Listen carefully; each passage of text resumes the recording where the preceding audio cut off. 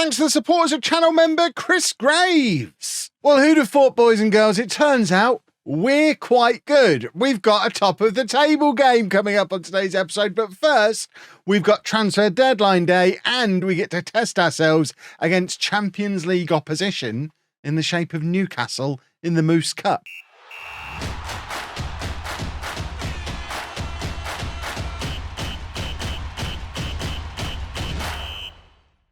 Hello and welcome to Club 2, Part 16 of Non-League to Legend. I'm Kevin. Coming up on today's episode, we have that Carabao Cup game against Newcastle, and we also have our top-of-the-table clash against Hull. Since you were last with me, as you can see, things have continued to go really rather well. That Sheffield United game really setting the tone, and we have not lost a game yet this season, apart from the one against Huddersfield, but that doesn't even count. That was in July.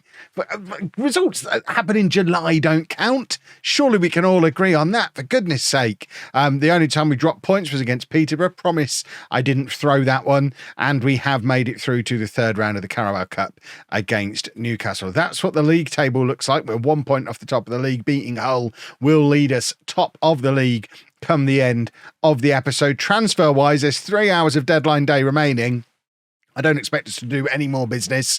Since the last episode, there's been 2 players leave. Darnell Furlong and Reece Burke have both joined Melbourne Victory in Australia on loan until the end of the season. And then we've used that free wage budget. There was no free wage budget. We're still well over it to sign Joni Deby from Genk on loan until the end of the season. He's a Belgian under-21 international who is a flying right back. Love me a flying right back. We are still well over the wage budget. We're still not allowed to move our remaining transfer budget into wage budget, so the club are not best pleased about it. But if I deliver them Premier League football, honestly, do you think they're going to care? Of course they're not going to care. Let's go play Newcastle. This is the team we are putting out there, and it's pretty much our settled first 11, at least at this stage of the season. So it's Ward in goal, a back four of Scarles, Rojas, Jackson and Deby, Alonso and Powell in midfield, Stevanovic, Devine and O'Donoghue behind Ross Stewart up front. Let's get the team submitted.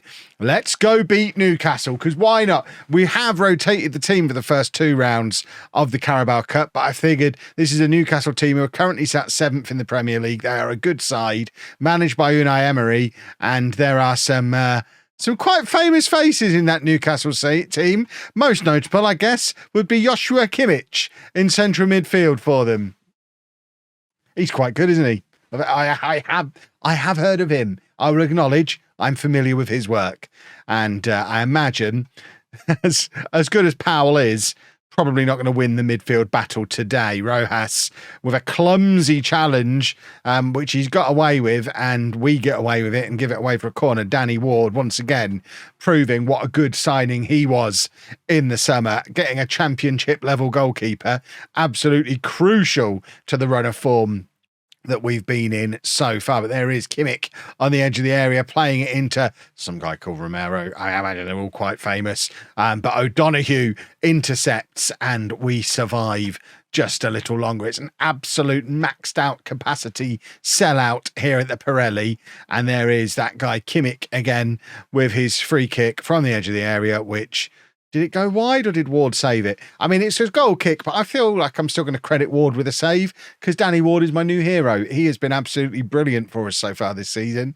And even if he didn't save it physically with his hand, he probably saved it with his aura as a great goalkeeper. So we're absolutely going to give that one to him, because he deserves it. It's still 0-0 as we head towards halftime. Stevanovic has picked up a little bit of a knock, so I think we're probably going to take him off at halftime, but we have been doing very, very well in this first half. We do have an assistant manager now, by the way, as well. It's Alan Tate, the guy who was the assistant manager at Forest. Forest is where Rooster Russell, my previous assistant manager, went. Steve Cooper, who in this world didn't get sacked by Forest, inexplicably. He went to manage Roma, didn't take Alan Tate with him, so Tate was available on a free. I actually think we've upgraded. As much as I love Rooster, getting a guy who's been assistant manager to a guy who just got the Roma job, probably quite the upgrade, and one of several reasons why we're doing as well as we're doing this season. Clayton is on the left-hand side of the midfield, by the way, and it is still 0-0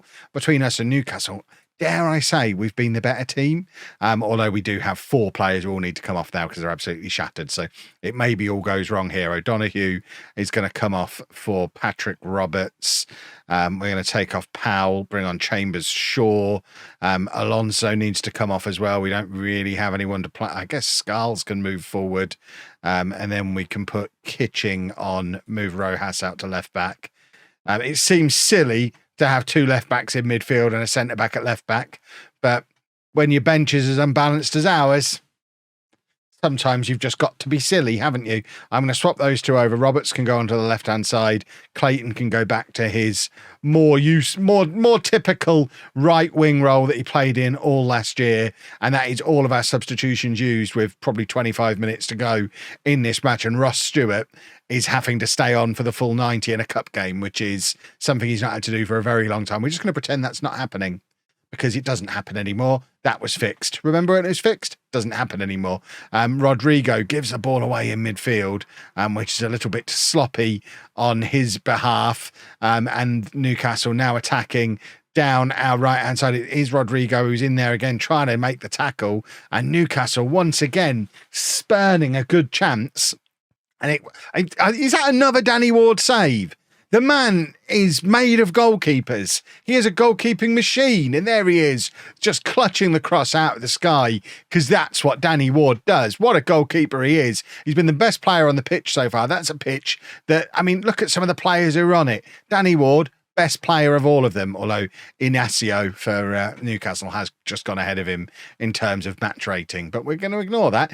Every player in the Newcastle team automatically loses at least 0.5 off their rating because they're a league above. That's the way ratings should work. Danny Ward, best player on the pitch. And now he's got a penalty shootout to try and prove it. Oh, my word. We have got the possibility here of knocking Newcastle out of the Carabao Cup, which would be absolutely huge. And the only thing stopping us doing it is a penalty shootout. Club captain Ross Stewart steps up and misses. Brilliant. The man who always scores, our goal machine, misses his penalty. Hideous. But now Ward has the chance to show us just how good he is. It's 1-0 to Newcastle. That's probably that. Patrick Roberts stepping up to take the second one for us. We need a goal here. If we miss our second one, we really do have oh, for goodness sake, it's in the same spot. I've described them both as being missed. They're 2 very, very good penalty saves. But it is very much not ideal. And now some fella called Oscar stepping up, and it's 2-0 to Newcastle. And our 2 most experienced players, who certainly high level experience, have both missed their penalties. We've got an 18-year-old kid who puts it in a very similar spot, but he scores his. 2-1 now, and we could really do with Danny Ward making a penalty save, or he's not going to be the best player on the pitch. He won't even be the best goalkeeper in this tie. But there is the penalty save from Ward, and all of a sudden we're back in it. Harris with the opportunity now to draw us level. Another one of the youngsters. Maybe we need to just rely on the youngsters and not the old men, because they've both scored. It's 2-2. If Ward can do another save against the guy who stole his man of the match award from him, we are right back in it. It's Inacio versus Ward, and it's 3-1. And we now must score our 5th penalty, and then we need Ward to do us a favour in the subsequent one as well. Who is taking penalty number 5 for us? It is Scarles, another one of the youngsters, one of about 8 left backs who were on the pitch towards the end of this match. Scarles against Andrew for Newcastle, and he scores just. First guy to send the keeper the other way, and he very nearly saved it again. But now Ward has to make himself even more of a hero than he already is, or we lose our first game of the season. Well, to be fair, it's a draw and then a penalty shootout. It doesn't even count as losing as far as I'm concerned, but it's Botman stepping up for Newcastle. He must be about 1,000 years old by now, and he does score. And Newcastle, as far as I'm concerned, the headlines read, Premier League Newcastle need penalties to get past Little Burton. I think we can hold our heads high after that one. Once again, not a defeat. We didn't lose. It was 0-0. Let's go beat Hull and finish the episode and the year, because if you're watching this in the future, this is the last episode of 2023 in this series. There'll be one-off videos over the weekend as usual. But the last episode of non-league to legend in 2023. I'd like to end that top of the championship. That would be lovely. So no more transfers were done on deadline day, which means we ended the window having spent 900,000, selling £7.5 million worth of players. There's your headlines. Ward, Rodrigo Alonso and Alfie Devine coming in. Angerin, Burke on loan, and Tompkinson for 3.8 million leaving. I'm still upset that we lost Angerin, but you know what? That's the only piece of business I'm not delighted with over the course of that summer. I think we've done very, very well, and we are in a very strong position. We're 17th when it comes to salary, and I think 17th is where the media think we were going to finish as well, 18th. Clearly, they do it all based on salary, but the league table tells you a different story. Now let's go get top of it. And after the way we played against Newcastle, I see no reason to change the 11. I really am going to have to start being careful with Ross Stewart, but we're playing so well, it's very difficult to rotate him out at the moment. Although obviously we've got a big boy on the bench who could definitely rotate in for him. I mean, both Lieburn and Gelhardt are probably looking at this thinking, and Clayton, to be honest, there's plenty of players who could get game time. It's just every game is a big game. It was easy to rotate him last year because we had lots of games we felt like we'd just win comfortably, so we could rotate him out. At this level, that doesn't really happen. So Ross Stewart being forced to play more football than I ordinarily would want him to play, especially at the grand old age of 30 years old. But he's playing very well so far. Maybe, touchwood, injury problems are behind him. Can't see how saying that could go wrong. Cross comes in looking for Stevanovic at the far post, and the Hull goalkeeper pulls it down out of the sky, and it remains 0-0. Still only a minute or so on the clock, so it would have been a very early goal if Stewart or Stevanovic had got there ahead of the keeper. O'Donoghue again on the right-hand side. Drills it low this time, and there is Ross Stewart with the finish. And that's why we keep playing him, because he keeps scoring. It's only his third of the season, but we've seen what he can do over the last couple of years. If you give that man chances, he will score goals, and there is another example of it. And for a big guy who's good in the air, he does so well with those kind of crosses, the low driven crosses. He just gets there first. Sometimes when they're floated in, he'll head it. He seems to have this thing where he struggles to keep his headers down, but if you drill one in low, his finishing is great. And he's injured, by the way. He is stood off the pitch injured at the moment, for goodness. 6 minutes after I said his injury problems are behind him, and he's there stretching his buttocks at the side of the pitch like we can't see him. We know you're there, Ross. Will you pack it in and stop doing injuries? Please and thank you. 1-0 though, as we approach 10 minutes. Stewart seems to have survived so far, and that was a very good header. Beats Ward, and unfortunately, the Hull player is the first to the rebound, and it's 1-1, less than 10 minutes played. This is quite the football match. There seems to be an awful lot going on in this one. I feel like it might be one of those days. It actually wasn't the post. It was Ward who made the save. And actually, it's probably the first mistake Ward has made, because rather than pushing it around the post, he's pushed it straight back into the path of the guy who's taking the original shot. And that is not very good goalkeeping. I'll say it quietly because I don't want to upset the guy, because he has been great so far. Stevanovic with the cross, looking for Ross Stewart, who brings it down for Powell. There's Stevanovic again. Stevanovic in a shooting position, but decides to play it across to Jackson, which is probably the wrong decision. It's now back with Scarles, who shoots from range, but his effort doesn't stay down below the post, and it is fairly harmless going behind. We've sold out the Pirelli again today. It's surely only a matter of time before we need to expand or move on. Powell playing it across to Scarles now. Now Jackson with a shooting chance from the edge of the area. We're getting the wrong guys in the shooting positions early on in this game. It should not be our defenders who are having the long range efforts. Right, Stevanovic is now injured. That looks like a proper injury as well. So Stevanovic is going to come off. Patrick Roberts will come on the left-hand side. And he's not had much of a chance so far, Patrick Roberts. Also 30 years old, also formerly of Sunderland, like Stewart, but so far not really getting as much of an opportunity as some of the other guys. We did bring in a lot of players to play in those attacking midfield positions. Devine is now picked up a knock as well. Everyone seems to be getting injured. Can we just... This is what happens when I play the first team midweek, isn't it? Normally we rotate for the cup games. We play the first team, and now they're dropping like flies at the weekend. Devine is going to come off. We'll bring on Luke Harris to play there. That doesn't count as a stoppage because it's half time, if I am correct. So we can leave things as they are. We've probably got to think in terms of taking Ross Stewart off. with 20, 30 minutes to go as well, just to protect him. We're going to offer a little bit of encouragement. We do have attacking options on the bench, obviously. We talked about them before. So taking Stewart off isn't a disaster, but he's in good form. We'd like to keep him on the pitch if possible. And Roberts has done really well here to keep hold of the ball as he races forward down the left-hand side, plays it back to Scarles. And now Powell finds Rodrigo in space if he can find the shot, and he can. And it's a first goal for the club for Rodrigo Alonso to put us 2-1 up. And that's more like it, getting an actual midfield player in a long-range shooting position.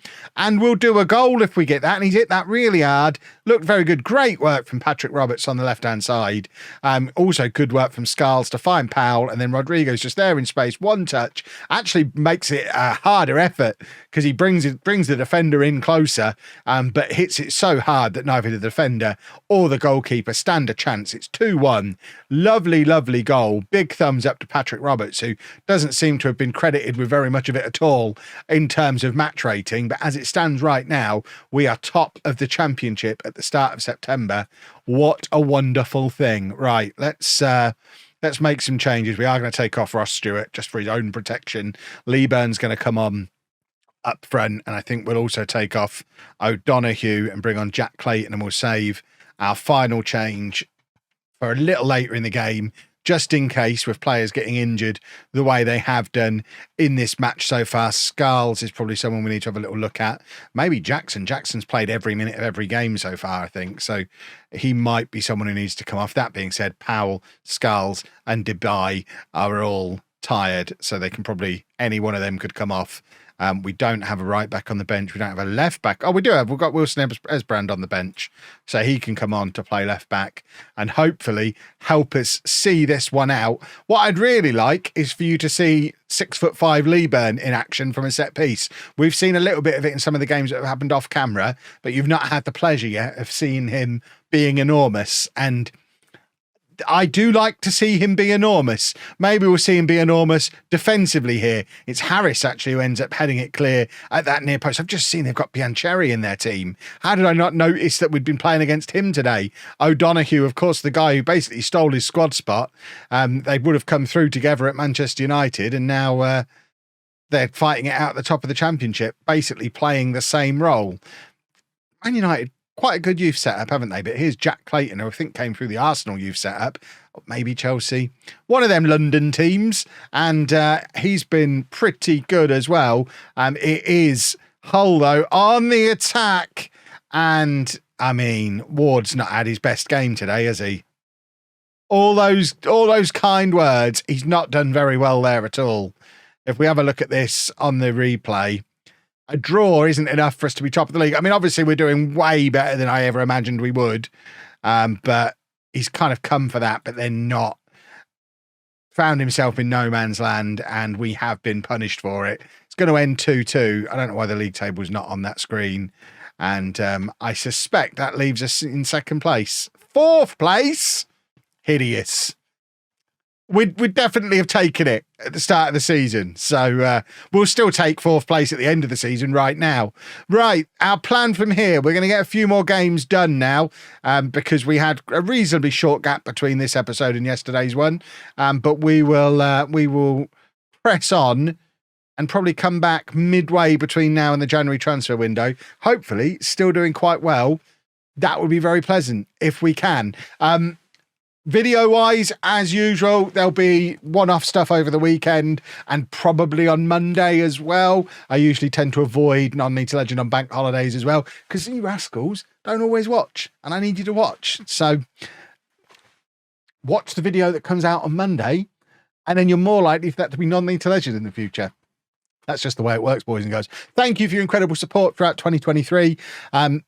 Behave yourselves on New Year's Eve. Happy New Year. All that kind of good stuff. And I will see you again very soon. If you've enjoyed that, please make sure you leave a nice big thumbs up on there for me. Subscribe to the channel for daily Football Manager videos. And thank you very much for watching.